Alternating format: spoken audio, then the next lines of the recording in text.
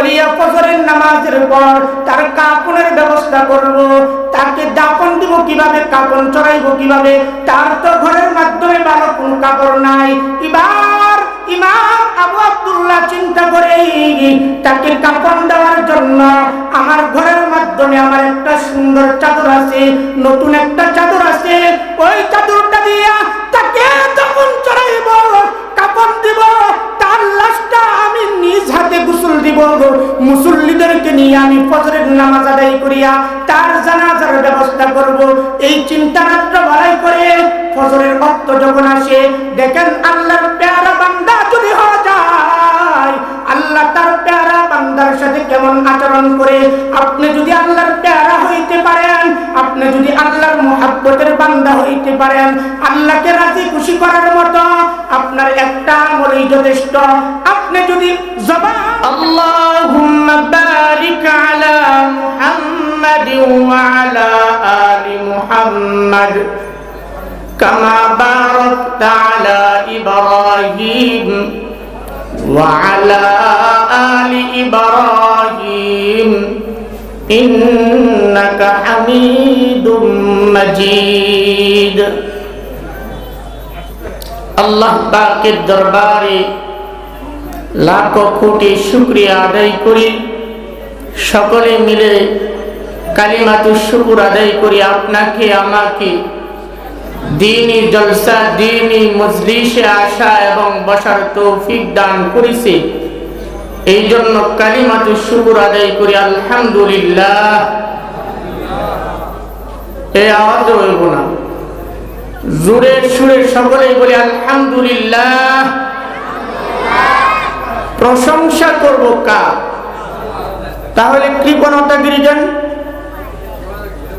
আমি নেতার মিছিল করতে পারি জবান খুলে, তাহলে ওই নেতার নেতা, যাকে নেতা পয়দা করেছে, যাকে নেতা বানাইছে, ওই মালিকের শুকরিয়া আদায় করব। তাহলে কালিমাতুশ শুকর কি জবান দিয়ে জুড়ে হয় না?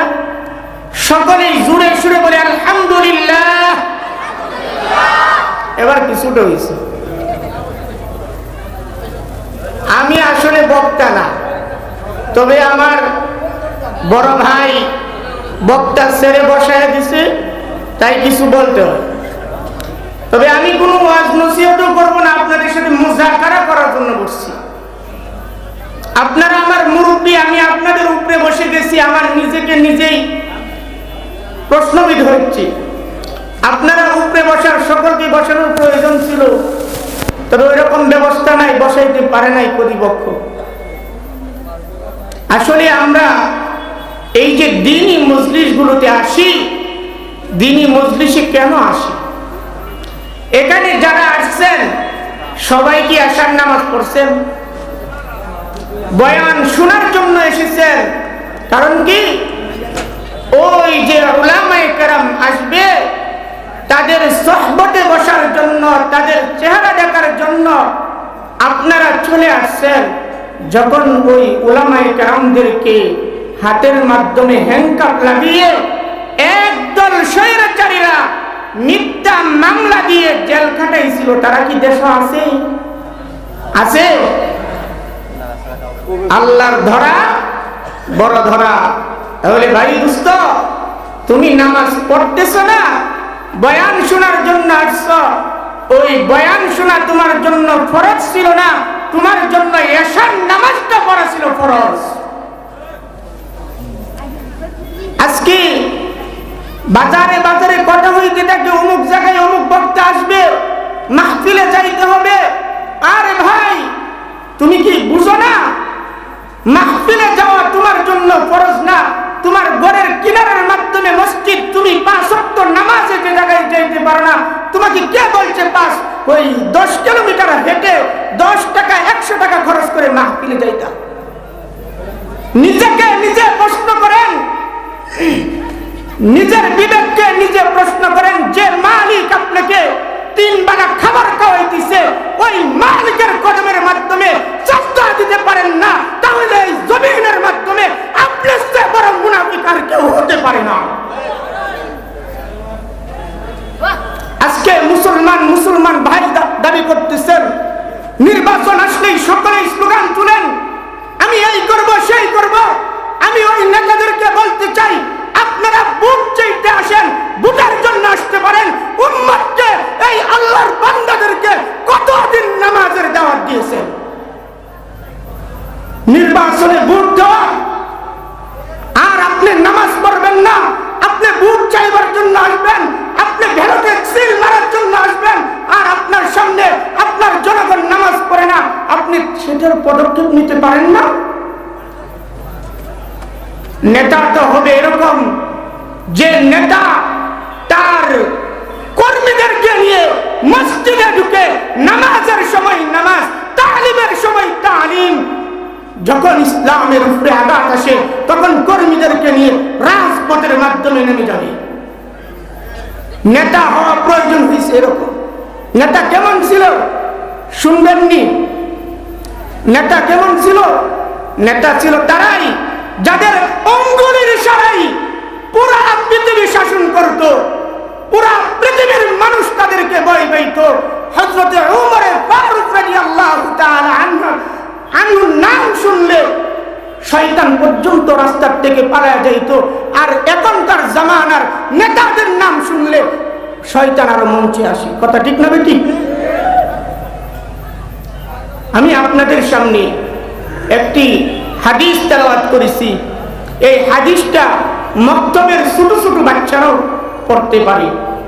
আপনি মুরব্বী হয়েছেন, আপনি জানেন না, তবে আপনার ওই ছোট বাচ্চাটা, আপনার ছোট নাতিটা মাদ্রাসায় পড়ে, সেও জানে আল মুসলিম আখুল মুসলিম, মুসলমান মুসলমানের ভাই,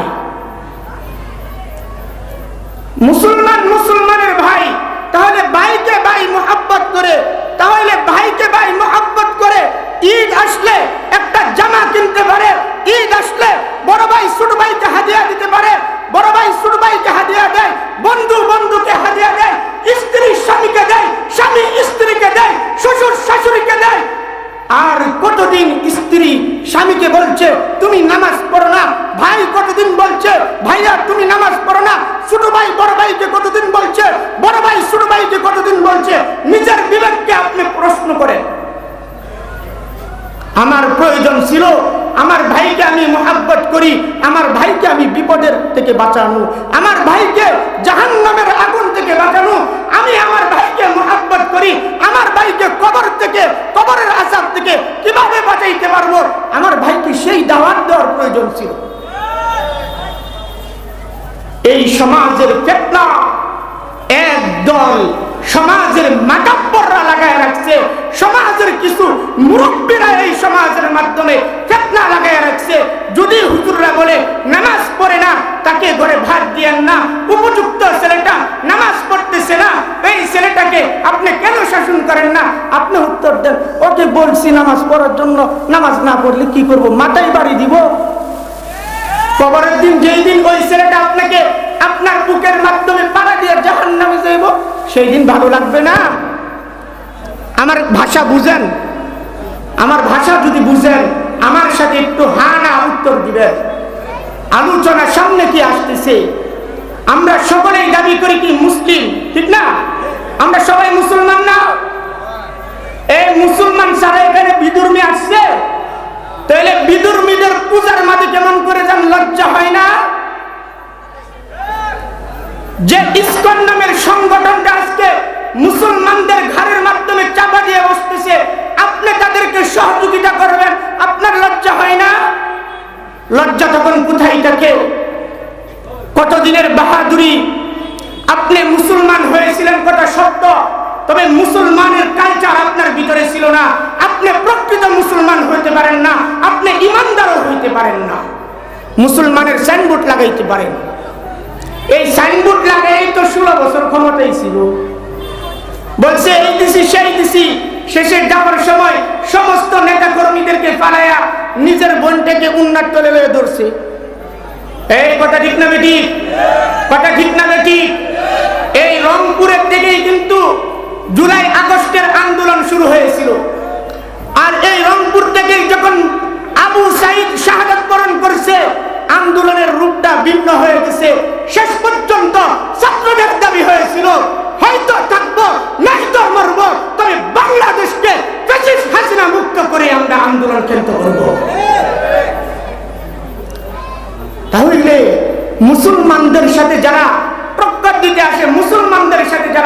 আসে তারা বেশি দিন ক্ষমতায় থাকতে পারে না। যারা ক্ষমতায় আসবেন স্বপ্ন দেখতেছেন মুসলমানদেরকে মাইনাস করে, আলেমদেরকে মাইনাস করে কোনোদিন ক্ষমতার ছেড়ে আপনারা থাকতে পারবেন না। আপনাদের সাথে আমি রাবেতা মুহাব্বত করার জন্য একটি ঘটনা শোনাই। খুতবাতে আইয়ুবীর মাধ্যমে একটা ঘটনা আনছে। ইবনুল জাওয়াজি রাহমাতুল্লাহ আলাইহি বর্ণনা করেন, ওনার যুগে একজন ইমাম ছিলেন মসজিদের, আবু আব্দুল্লাহ, তার নাম ছিলেন আবু আব্দুল্লাহ। এই আবু আব্দুল্লাহ মসজিদে একজন আবেদ নামাজ পড়তেন। আমি যে মুসলমান, তবে মুসলমান হওয়া সত্ত্বেও তো আমি আল্লাহর পেয়ারা হইতে পারি নাই। আপনি সারাদিন বলতেছেন আমার বিপদ, আমার এই সমস্যা সেই সমস্যা। আপনার সমস্ত সমস্যার সমাধান করার মালিক কে? জুড়ে বলেন মালিক কে? সমস্যার সমাধান করার মালিক হইছে আল্লাহ। সমস্যা সমাধান করার মালিক হইছে তোমার আমার মালিক আল্লাহ। আসমানের মালিক আল্লাহ, জমিনের মালিক আল্লাহ, পাহাড় পর্বতের মালিক আল্লাহ, সাগরের মালিক আল্লাহ, রিজকের মালিক আল্লাহ, হায়াতের মালিক আল্লাহ, মৌতের মালিক আল্লাহ। তোমার বাড়ির গাছের ফল দেয় সেটার মালিকও কে বলেন না? সেটার মালিক কে? আমার মালিক হইছে আল্লাহ। তাহলে দুনিয়ার নেতার কেন কথা শুনবো? যে নেতা, যে নেতার যে নেত্রী আমার আল্লাহর হুকুম মানে না, আমার আল্লাহর বিধান মানে না, যে নেতার যে নেত্রী আমার নবীর তরিকা মানে না, আমার নবীর হাদিস মানে না, আমি মুসলমান হওয়া সত্ত্বেও ওই নেতাকে আমি মানতে পারি না। ইবনুল জাওয়াজি রাহমাতুল্লাহ আলাইহি তিনি ঘটনা বর্ণনা করেন, তার যুগে মসজিদের ইমাম আবু আব্দুল্লাহ, তার মসজিদের মাধ্যমে একজন হাজ্জাজ বিন আবেদের আগমন ঘটে। ওই হাজ্জাজ বিন আবেদ এত বড় ওলি ছিলেন, ওই জামানার সমস্ত মানুষই তাকে চিনতেন। ছোট আর বড় নাই, গরিব কেন চিনতেন, কেন চিনতেন। আজকে মাদ্রাসায় লেখাপড়া করছি বুঝে আপনাদের শত মানুষের সামনে বসতে পারছি। তাহলে ইজ্জত কে দিছে? বুঝুরে আওয়াজ দিয়ে বলেন ইজ্জত কে দিছে? ইজ্জত দেওয়ার মালিক আল্লাহ, বেইজ্জতি করার মালিক হইছে আল্লাহ। যে আল্লাহ ইজ্জত দিতে পারে সেই আল্লাহ বেইজ্জতি করতে পারে। যে আল্লাহ ক্ষমতার চেয়ারের মাধ্যমে বসাইতে পারে সেই আল্লাহ বুশের মতো জুতার বাড়ি খাওয়ায়া ক্ষমতার চেয়ার থেকে বিদায় করতে পারে। ইবনুল জাওয়াজি রাহমাতুল্লাহ আলাইহি বলতেছে, আবু আব্দুল্লাহ নামক ইমাম সাহেবের মসজিদে হাজ্জাজ বিন আবেদের আগমন যখন ঘটে, প্রতিদিন আবু আব্দুল্লাহ রাহমাতুল্লাহ আলাইহির পিছনে নামাজ পড়ে, প্রতিদিন নামাজ পড়ে ইমাম সাহেবের সাথে একটা রাবেতা মুহাব্বত হয়ে গেছে। এবার হাজ্জাজ বিন আবেদ আল্লাহর প্যারা বান্দা, ইমাম আবু আব্দুল্লাহ রাহমাতুল্লাহ আলাইহিকে ডাক দিয়ে বলে, কি ইমাম সাহেব, আপনার কামরার মাধ্যমে একটা কুরআনুল কারীম আছে, এই কুরআনুল কারীমটা কি আমাকে একটু দেওয়া যায়? ইমাম আবু আব্দুল্লাহ চিন্তা করলেন, একটা ভালো জিনিস চেয়েছি, আমি কেমন করে না করি? ভালো কাজে মানুষকে সহযোগিতা করা ওইটাও একটা সবের অধিকারী।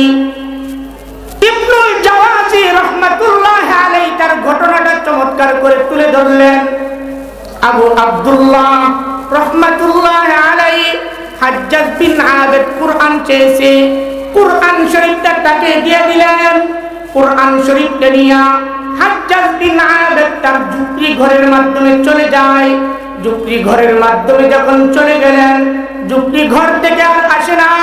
যোহরের নামাজ চলে গেছে, আসর চলে গেছে,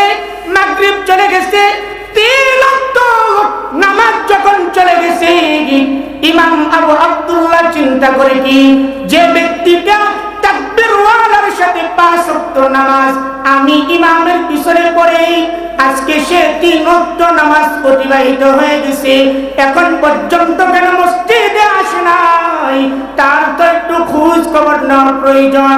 এবার আবু আব্দুল্লাহ চিন্তা করতেছে মাগরিব যাক, মাগরিবও চলে গেছে, এশার নামাজ যখন আসলো এশার মাধ্যমেও আসে না। এবার আবু আব্দুল্লাহ চিন্তা করতেছে নামাজ পড়িয়া তার বাড়ির দিকে, তার ঝুপড়ি ঘরের দিকে আমি যাব। এবার এশার নামাজও শেষ হয়ে গেছে, না না না, হাজ্জাজ বিন আবেদ মসজিদে আসে নাই। নামাজ শেষ করিয়া ইমাম আবু আব্দুল্লাহ তিনি একটা লাইট নিয়া তার ঝুপড়ি ঘরের দিকে যাওয়ার জন্য রওনা করলেন। ঝুপড়ি ঘরের সামনে গিয়া দরজার মাধ্যমে দাঁড়াইয়া সালাম দিলেন, আসসালামু আলাইকুম ওয়া রাহমাতুল্লাহ। সালামের জবাব আসে না।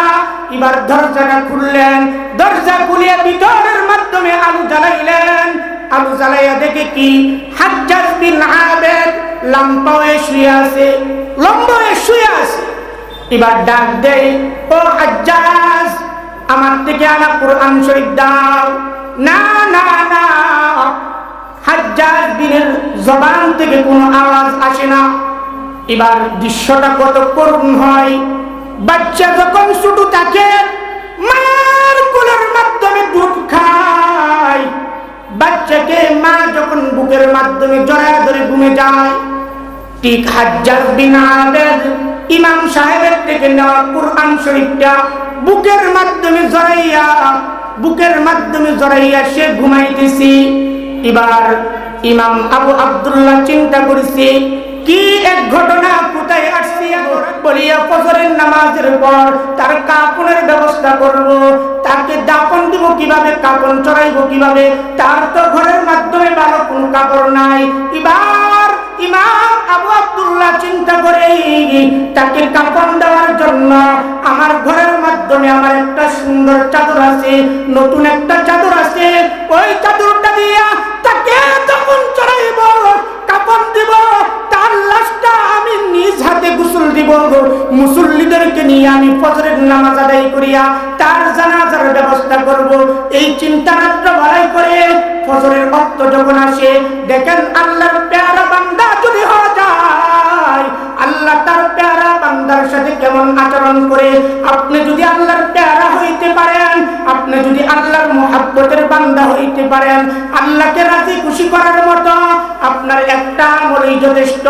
আপনি যদি জবানটা খুলিয়া আপনার মালিককে মনটা ভরিয়া দিলটা ভরিয়া একটা ডাক দিতে পারেন, আপনার মালিক যদি আপনার ডাকে রাজি আর খুশি হয়ে যায়, তাহলে কাল কিয়ামতের কঠিন ময়দানে আপনার নাজাতের জরিয়া এই ডাকের উসিলাই হইতে পারে।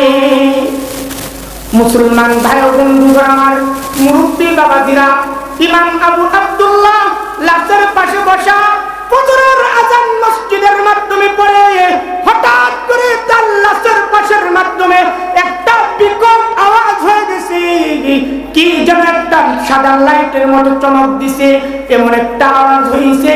হঠাৎ করে ইমাম আবু আব্দুল্লাহ তাকায় দেখে যে জায়গার মাধ্যমে তার লাশটা রাখা আছে তার থেকে একটু দূরে দুইটা ইহরামের কাপড় পরা আছে। ইহরামের কাপড় ছিলেন হাজী সাহেবরা যে হজে যান, ইহরামের দুইটা কাপড় কে যেন রেখে চলে গেছে। এবার ইমাম আবু আব্দুল্লাহ চিন্তা করে, কাপড় দুইটা দুনিয়ার কোনো মানুষ নিয়ে আসে নাই, কাপড় দুইটার থেকে এত সুঘ্রাণ বের হইতেছে, মনে হয় দুনিয়ার কোনো আতর না, এই মাত্র জান্নাত থেকে কে জানি রেখে গেছে, আর জান্নাতের মেশক আম্বরের ঘ্রাণ ওই কাপড় থেকে বের হইতেছে। এবার ফজরের আজান হয়ে গেছে, মসজিদে চলে যায়। মসজিদে গিয়ে ইমাম সাহেব ইমামতি শুরু করে দিলেন, মুসল্লিরা নামাজ পড়তেছে, ফজরের নামাজ কমপ্লিট, মুসল্লিদের দিকে মুখ ফিরে বসলেন। ইমাম আবু আব্দুল্লাহ দেখে ফজরের নামাজে অন্য দিনের তুলনায় যে পরিমাণ মুসল্লি হইতো, আজ আজকে তার থেকে বেশি মুসল্লি। এত মুসল্লি তো কোনদিন আমার মসজিদে হয় না। বিষয়টা কি? সামনের দিকে আরো কঠিন ভাবে কথা আসতেছে। মুসল্লি তো আসছে, বড় কথা ওইটা না, এলাকার মানুষ আসছে। কিন্তু ওই জামানার 4 জন বড় বড় ইমাম এর একজন ছিলেন মালিক বিন দিনার রাহমাতুল্লাহি আলাইহি। মালিক বিন দিনার রাহমাতুল্লাহি আলাইহি তার মসজিদে আসছে। ইমাম আবু আব্দুল্লাহ ডাক দিয়ে বলে কি? ইমাম আবু আব্দুল্লাহ ডাক দিয়ে বলে কি, হযরত আপনারা কেন এই মসজিদে আসছেন? হঠাৎ করে আমার মসজিদে ফজরের নামাজ পড়ার জন্য আসছে। মালিক বিন দিনার ডাক দিয়ে বলে কি, তুমি বলতেছো ফজরের নামাজ তোমার মসজিদে আসছি, এই জন্য তুমি হতভাগার মতো তাকিয়ে আছো। কিন্তু আমার ভাষায় যদি তুমি কথা শুনো, ফজরের নামাজ কেন তোমার মসজিদে 100 মাইল দূর থেকে এসে পড়ছি। রাত্রে বেলায় স্বপ্নে আমার আল্লাহ আমাকে দেখাই দিছে, যদি জান্নাত কামাই করতে চাও, যদি জান্নাতে যেতে চাও, ওই এলাকার মাধ্যমে, ওই মহল্লার মাধ্যমে আমার এক প্যারা বান্দা, আমার এক প্যারা বান্দা হাজ্জাজ বিন আবেদ মারা গেছে। আগামীকাল সকালে তোমরা 4 জনে মিলে তার দাফন কাফনের ব্যবস্থা করবা। তার দাফন কাফনের ব্যবস্থা করবা। হাজ্জাজ বিন আবেদের লাশটা যখন পড়ে আছে, এবার 4 জন ইমাম, জামানার 4 জন ইমাম 4 জনের হাতের মাধ্যমে 4টা কাফনের কাপড় নিয়ে আসছে। এই 4টা কাফনের কাপড় ইমাম আবু আব্দুল্লাহ দেখে তার চক্ষু দিয়ে জল জল করে পানি পড়তেছে। আমরা সকলে একটু আগিয়ে আসি, সকলে নিজের মতো করে একটু আগিয়ে আসি। হাজ্জাজ বিন আবেদের লাশটা মালিক বিন দিনার রাহমাতুল্লাহি আলাইহি দাফন করার জন্য আসছে। মুখের থেকে কাপড়টা সরাইয়া দিয়েছেন। কাপড়টা সরাইয়া কপালের মাধ্যমে চুমাকায়। মালিক বিন দিনার হাজ্জাজের কপালে চুমকায় বলে কি, হাজ্জাজ তুমি কি মনে করো জানি না, তবে যে এলাকার মানুষ তোমাকে চিনে ফেলে, তুমি ওই এলাকার মাধ্যমে আর বসবাস করো না। তুমি যে জামানার শ্রেষ্ঠ একজন বুজুর্গ ছিলা, তোমাকে চিনতে আর বাকি নাই।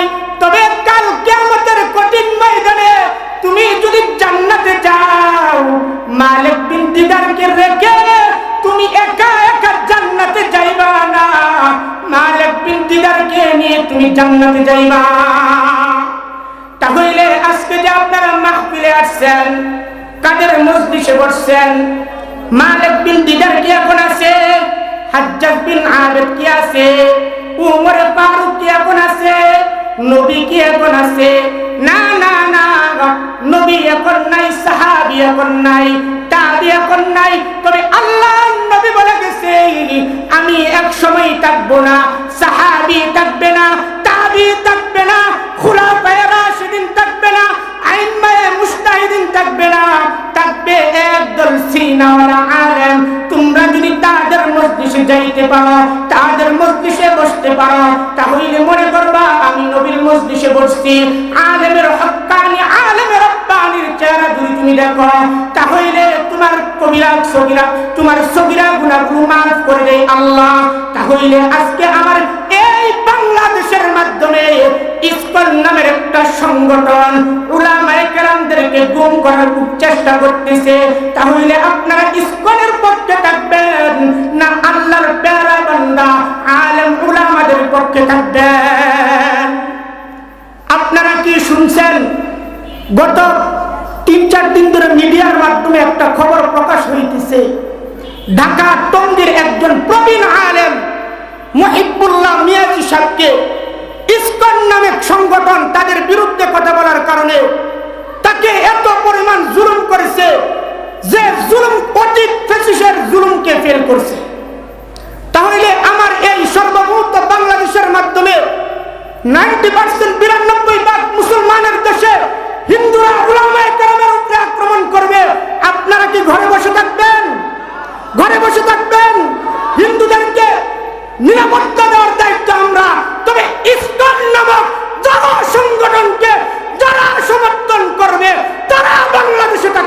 পারবে না, তারাও বাংলাদেশে থাকতে পারবে না। যে সকল নেতারা ইসকনকে নিরাপত্তার দায়িত্ব দিবে, আমি বলবো তোমাদের নিরাপত্তা নিয়ে তোমরা চিন্তা করো। 2013 সালে মারা গেছে আওয়ামী লীগের এক কুলাঙ্গার সৈয়দ আশরাফ। সে বলছিল কি, উলামায়ে কেরামদেরকে আগামী দিনে ঘর থেকে বের হইতে দিবে না। আর বেটা চিন্তা করে দেখ, উলামায়ে কেরাম এখনো আছে, মাওলানা মামুনুল হক এখনো আছে, ডক্টর শফিকুর রহমান এখনো আছে, তারেক মনোয়ার এখনো আছে। তবে তোর নেতার নেত্রীরা কোথায় আছে? তোর নেতার নেত্রীরা কোথায় আছে? এই জন্য আমি আপনাদেরকে বলবো কি, ও ভাইও, ও দুষ্ট, তুমি আলেম বিদ্বেষী হইও না, আলেম বিরোধিতা হইও না, তুমি মুসলমানদের বিরুদ্ধে যাইও না, কোরআনের বিরুদ্ধে যাইও না। যে আলেমের বিরুদ্ধে যাইবে, যারা মুসলমানদের বিরুদ্ধে যাইবে, তারা বাংলাদেশে আগামী দিনে আওয়ামী লীগের মতো ক্ষমতার থেকে বিদায়ী হবে। কথা ঠিক না ঠিক? আমি আপনাদেরকে বলবো আগামী দিনে একটা নির্বাচন আসতেছে। এই নির্বাচনের ব্যালটের মাধ্যমে আপনার ঈমানকে পরীক্ষা করা হবে। এই ঈমানকে পরীক্ষা করার জন্য আপনি কি হকের পক্ষে আছেন না বাতিলের পক্ষে আছেন? আপনি কি ডাইনে থাকবেন না বামে থাকবেন? এই জমানার মাধ্যমে উলামায়ে কেরাম হইছে আপনাদের দ্বীনের প্রহরী। আপনাদের দ্বীন, আপনাদের ঈমানি দায়িত্ব আমাদের কাঁধে, আপনাদের আকীদার দায়িত্ব আমাদের কাঁধে, আপনাদেরকে দাওয়াতি মজলিসে আনার দায়িত্ব আমাদের কাঁধে। তবে আজকে আমাদেরকে যারা ইসকনকে লেলিয়ে দিয়ে আওয়ামী লীগ বিদায় হওয়ার কারণে এখন ইসকন লেলিয়ে দিছে, এই ইসকন বাংলাদেশ থেকে নিষিদ্ধ হোক, এটা কারা কারা চান দুই হাত তুলে দেখায় দেন। ইসকনকে বাংলাদেশে থাকতে দেওয়া হবে না। ও নেতার নেত্রীরা শুনে রাখো, ও বিএনপির ভাইরা শুনে রাখো, জামাত ইসলামের ভাইরা শুনে রাখো, আরো যারা দায়িত্ব আছে তোমরাও শুনে রাখো। যদি ইসলামকে হেফাজত করতে চাও, তা কোরআনকে হেফাজত করতে চাও, আর মুসলমানদের ভোটে তোমরা ক্ষমতায় যেতে চাও, তাহলে তোমরা অতি শীঘ্রই সৌদি আরব মালয়েশিয়ার মতো তোমরা ইসকন নামক সংগঠনকে বাংলাদেশ থেকে নিষিদ্ধ করো, না হলে তোমরাও আগামী দিনে তোমরা গতিতে থাকতে পারবে না। আল্লাহ তাআলা আমাদের সকলকে যেগুলো কথা বললাম আলেমের মজলিসে বসার তৌফিক দান করুক, আল্লাহর প্যারা বান্দা হওয়ার তৌফিক দান করুক। সকলেই বলি আমিন। ওয়া আখিরু দাওয়ানা আলহামদুলিল্লাহি রাব্বিল আলামিন।